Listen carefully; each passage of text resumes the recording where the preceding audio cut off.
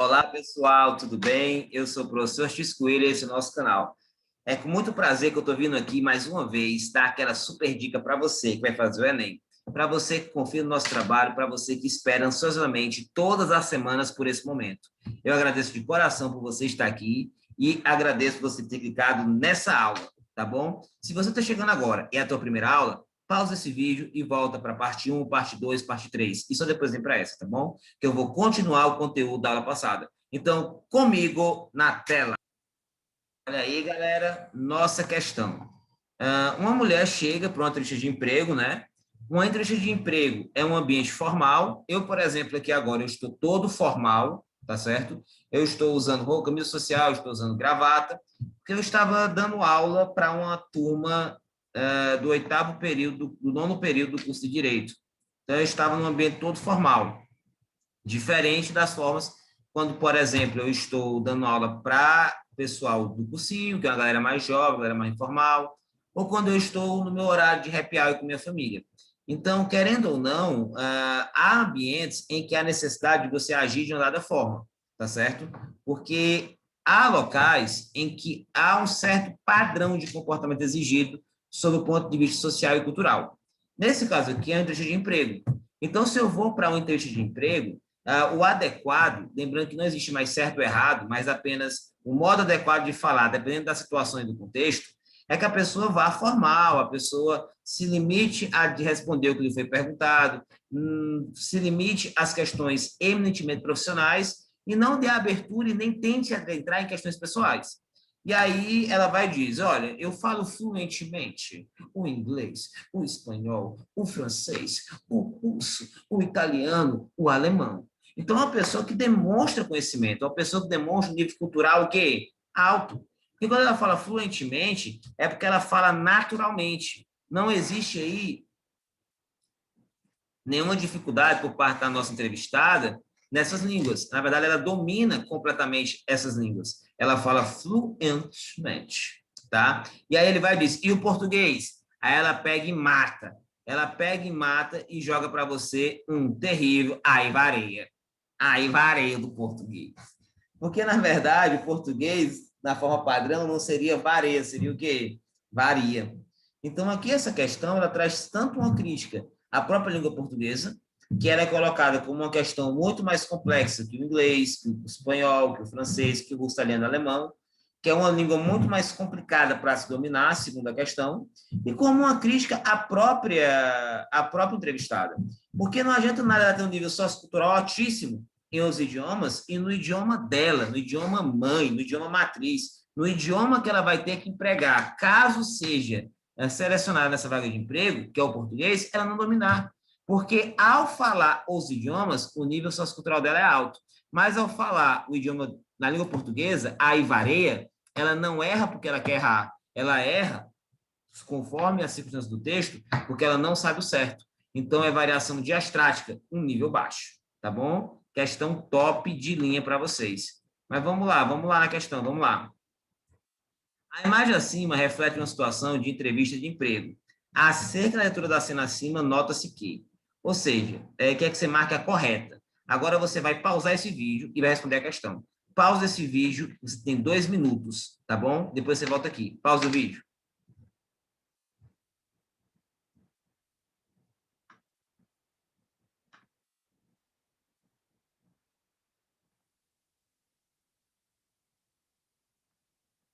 Pronto, pessoal, já pausou?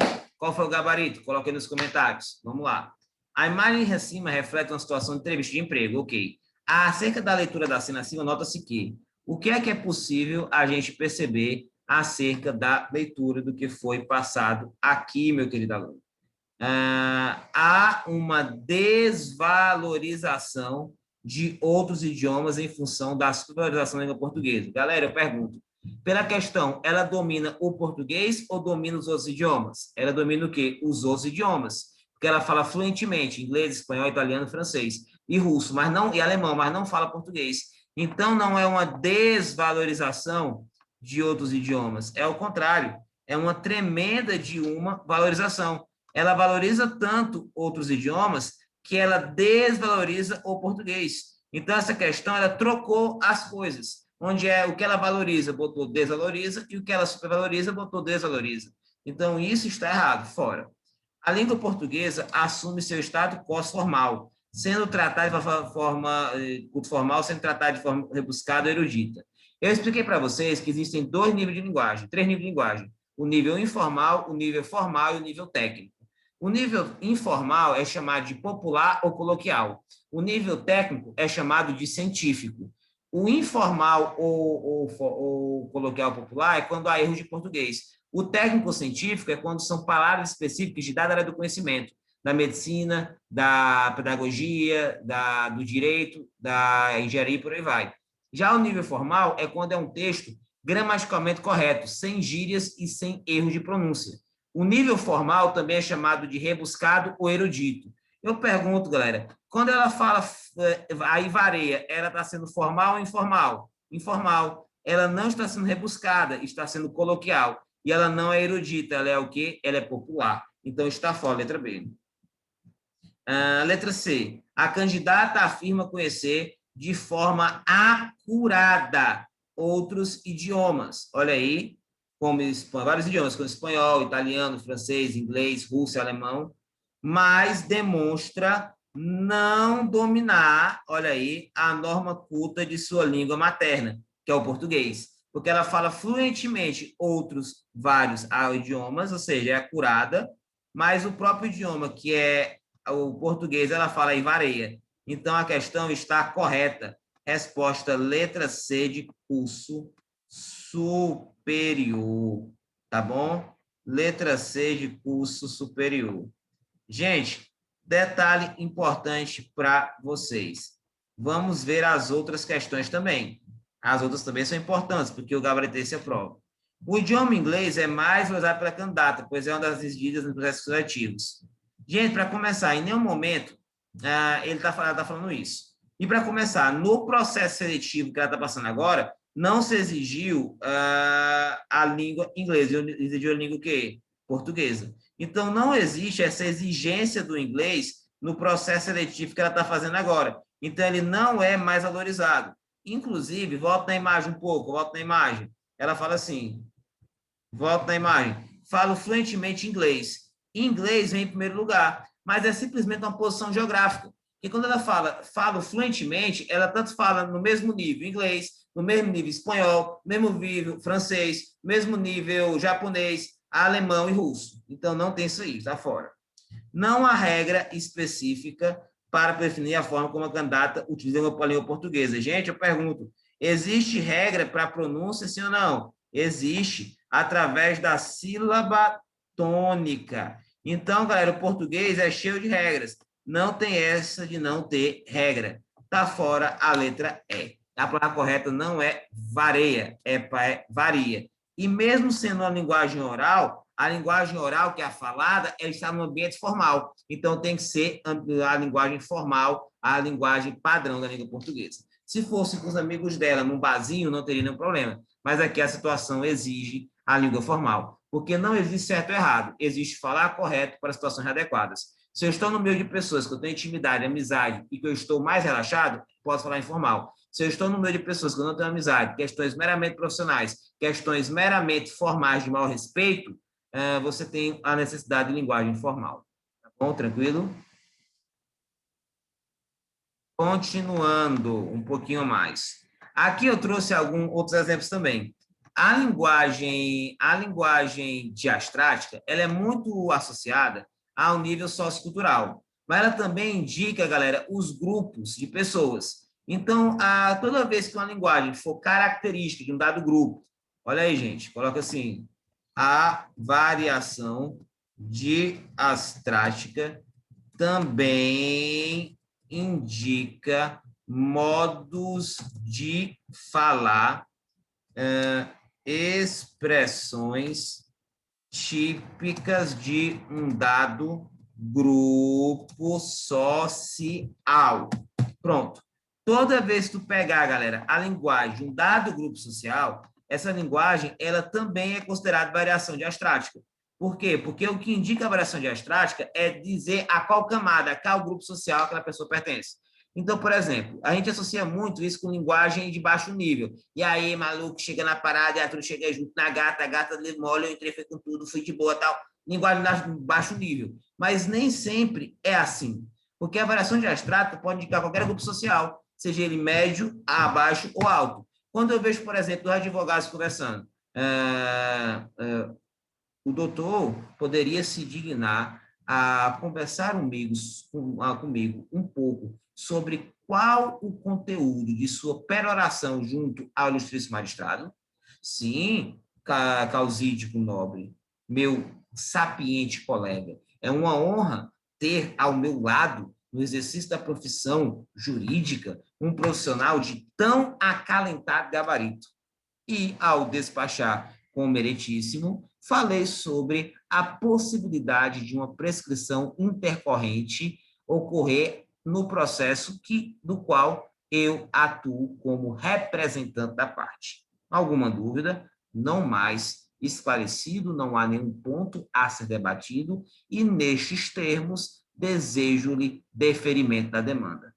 Então, o que acontece? É uma linguagem típica de advogado. É uma linguagem típica do ambiente judicial, jurídico, cartorário de um fórum. Então, quem usa a linguagem no grupo específico? Se é de um grupo específico, é variação de astrática. Da mesma forma, se você tem uma linguagem atrelada à questão da idade, só jovens, só idosos, variação de astrática. E aqui eu tenho uma galera que tem um problema de dicção que não consegue falar a palavra, a letra V, falar a letra F. É igual o Cebolinha. O Cebolinha, ele não fala a letra R. Ele não fala professor, é professor. Ele não fala prato, é plato. Ele não fala Brasil, é Brasil. Então, quem tem essa característica de fonética do mesmo grupo também pode se considerar a variação de astrática. Olha que exemplo: nome, Valério, terra, Venezuela. Marca de carro, Volkswagen. Fruta, fico. Animal, faca. Cor, vermelha. Peça de carro, freio de transmissão. Novela, fitas em choco. Ator, Francisco Couto. Cantor, Valtomiro Chaucer. Filme, Vampiros Assassino. Jogador de futebol, Vitor Paia. Jogador de futebol, Fito Pontarelli. Então, ele troca o V pelo F, tá bom? Isso também é variação de astrática, porque ele faz parte de um mesmo grupo. E, ao fazer parte do mesmo grupo, ele, consequentemente, ele vai fazer parte daquele mesmo nível sociocultural, daí variação de astrática, tá bom? Alguma dúvida, meu querido aluno? Querido aluno, por favor, comente nossas aulas, traga nossas aulas ao debate, estamos aqui para lhe ajudar, tá bom? E aí o cara traz o seguinte: pois bem, Tião. Galera, olha para cá esse texto. Eu tenho um texto de um gordão numa mesa e um magrinho com um chapéu de operário. Só pela imagem, achei que o gordão é o patrão e o magrinho é o empregado. Porque, historicamente, os patrões são associados à fartura, à riqueza, à abundância, à gordura, e os patrões e os empregados ao pobrezinho, ao coitadinho, aquele que trabalha só para ter o que comer. E aí vem aquela velha ideia: o empregador só é rico porque ele explora o trabalho do empregado. É o empregado que faz o empregador ser rico. E muitas questões exploram essa relação de luta de classes, tá bom? E aí o cara fala: pois bem, Tião. Cara, o nome do cara é Tião. Tião, galera, sem nenhum preconceito. Só analisando a realidade. É um nome historicamente atrelado a quem tem um nível sociocultural alto, médio ou baixo. Baixo. Ao peão, ao carregador de coisa, ao almoxarifado, ao cara que trabalha sem estudo. Então, o Tião é o pobrezão. A boa notícia é que a partir desse segundo salário mínimo sobe para R$ 465. Aí ele fala: que belezura, patrão! Diga aí, patrão, chega junto. Mas a notícia é ruim. Olha o vocabulário. Assim, a partir deste domingo você está demitido. E olha a cara dele. O brasileiro não tem, sobretudo nos últimos anos, né, um dia de paz.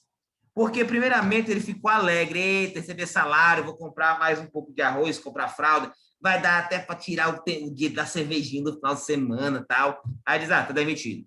Então, um trabalhador que se sujeita a essa situação, um trabalhador que está nessa posição, nessa vulnerabilidade, e que tem esse vocabulário: que belezura, patrão, olha aqui, ó, que belezura, patrão, cidadinho, tal, pela brigada, tal. É um nível sociocultural alto, médio ou baixo? Baixo. Logo, exemplo, claro, variação de astrática. E E é um exemplo do tanto que o nível cultural reflete nos postos de trabalho. Porque os postos de trabalho mais elevados, que pagam melhor, tendem a ser ocupados por pessoas com maior nível cultural de educação. E aqueles que têm menos nível cultural de educação tendem a estar em postos de trabalho de menor remuneração, menor importância e, consequentemente, facilmente substituíveis. Então, pessoal, o único caminho para ir de onde você está, onde você quer chegar, para conseguir a ascensão que o berço denegou, é o estudo. A educação é a ferramenta mais transformadora que existe. Talvez por isso alguns governos não investam nela, porque é ela que tira as amarras que prendem o povo e que todo governante corrupto gosta de ter. O povo mal educado, o povo mal instruído. Por isso, agradeça a oportunidade de estudar, porque muitos não a têm. Tá bom? Então, pegue isso, internalize isso e vamos à frente. Seja grato por poder estar aqui nesse momento. Tá bom, gente? Vamos lá.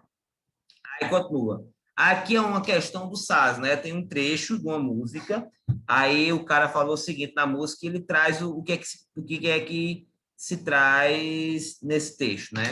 Esse texto, galera, ele vai trazer aqui uma dica de pontuação, né? Isso, ele vai trazer aqui essas pontuaçõezinhas aqui, os 3 pontos. E aí, galera, eu vou abrir para vocês um quadro branco para vocês anotarem uma dica de pontuação do professor Ortiz Coelho. Apesar de a gramática não estar comigo, eu gosto de trazer algumas coisas que são importantes para vocês poderem, digamos assim, sair na frente, vocês estarem sempre preparados. Então, vamos lá. Dica de pontuação. Olha aí, galera. Dica de pontuação. Olha aí. Dica de pontuação para o Enem. Lembrando que a pontuação que eu vou trabalhar, galera, é aquela pontuação que está mais atrelada, como é que eu posso dizer, à prova de português, ou seja, a interpretação. Então, eu quero dizer para vocês é como a pontuação pode ser usada dentro do texto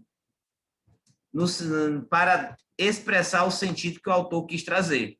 Então, é o caráter interpretativo da pontuação que eu quero trabalhar com vocês agora, tá bom? Fiquem tranquilos que vai dar certo, tá bom? Dica de pontuação. Dentro da dica de pontuação que eu trago para vocês, eu quero trabalhar com vocês o chamado uso dos 2 pontos. Não esquece, eu quero trabalhar aqui o chamado... deixa eu pegar aqui. Uso, botar um arroba, daqui. Um arroba. Uso do ponto de reticências. 2 pontos eu vou trabalhar só mais à frente. Aqui é o uso do ponto de reticências.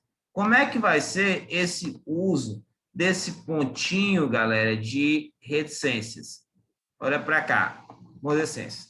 As reticências vão ter apenas 2 usos.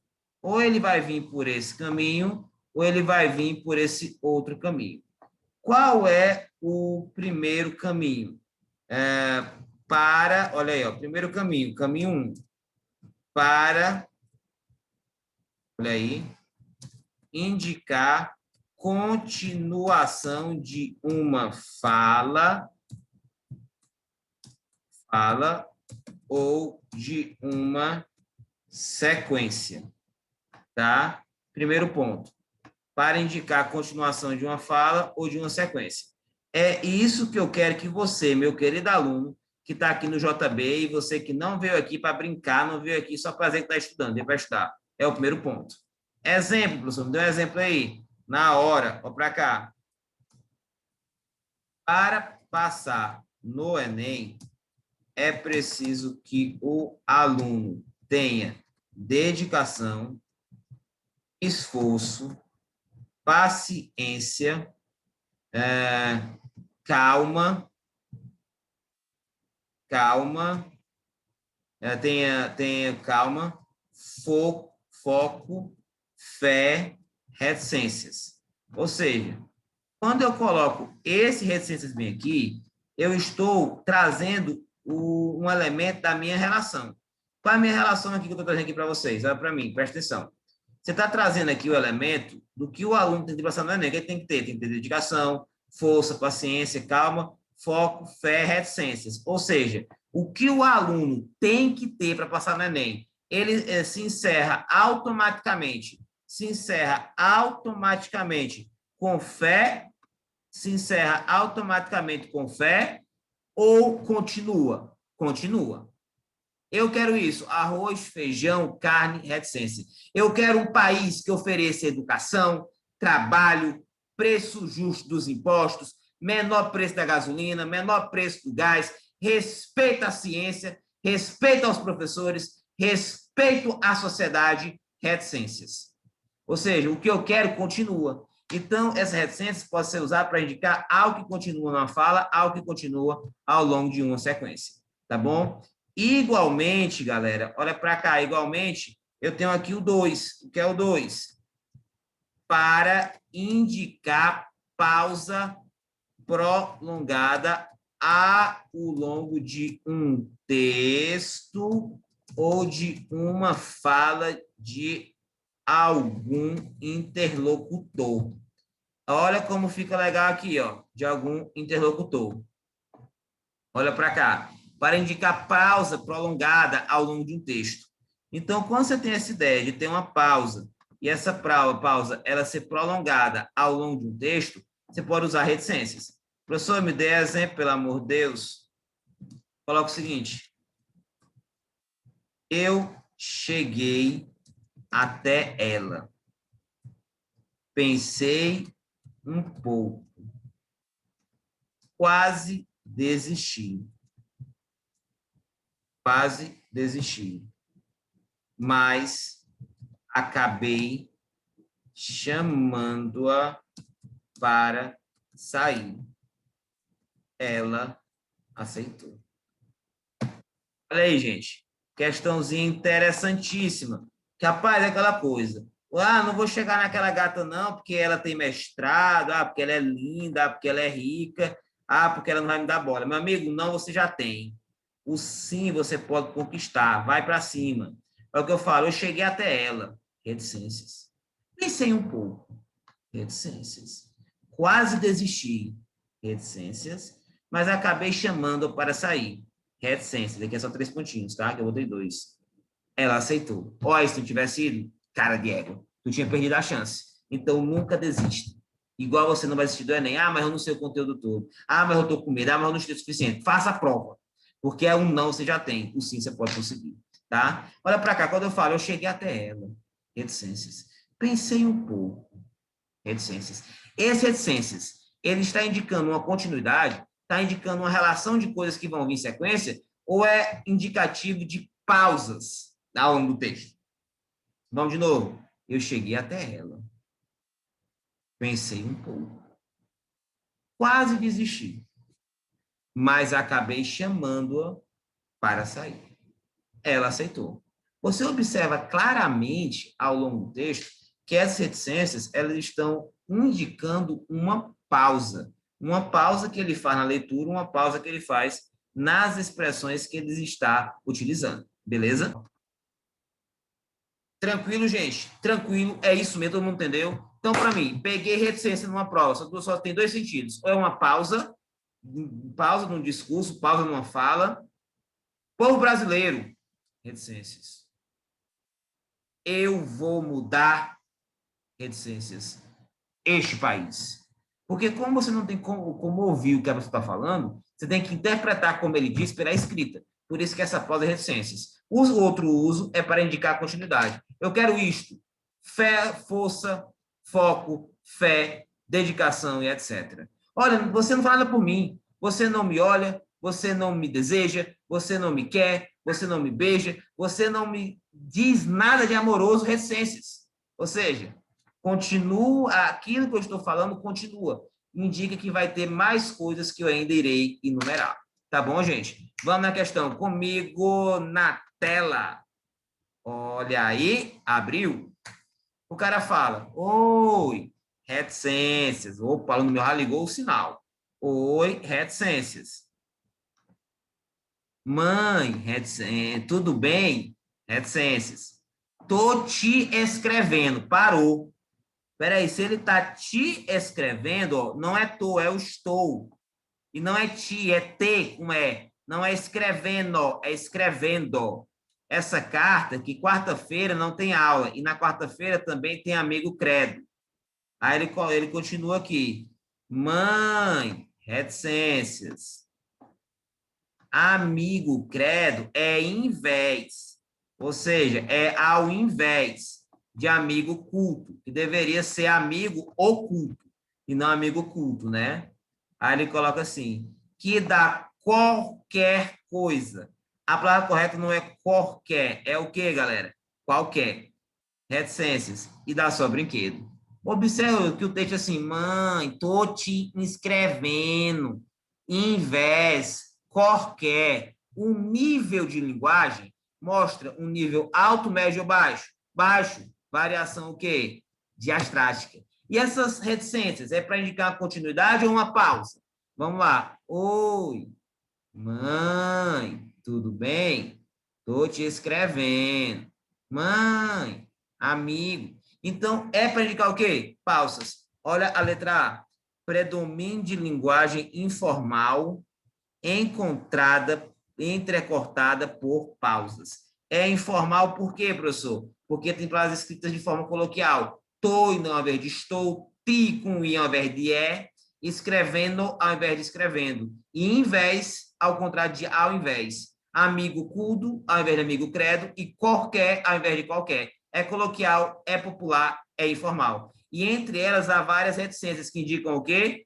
Pausas, meu querido aluno. Resposta, sem medo de ser feliz, letra A. Letra A de aprovados no SISU 2022. Se Deus quiser, ele assim o querer, vai querer, porque ele é luz e justo na vida daqueles que o amam e o temem. Tá bom, pessoal? Tranquilo? Até aqui alguma dúvida? É uma honra estar aqui. Estamos encerrando esse momento. Pegue essa dica, estude, pause, copie, aprenda e estou sempre aqui para ajudar você. Continue comentando nossos vídeos, eu respondo todos os comentários, eu fico muito feliz com o seu feedback e nós vamos chegar lá. Nós estamos indo bem, estamos indo forte. Sucesso na vida de vocês. Espero feedback do simulado e vamos à frente. Abraço, fiquem com Deus e até a próxima. Valeu!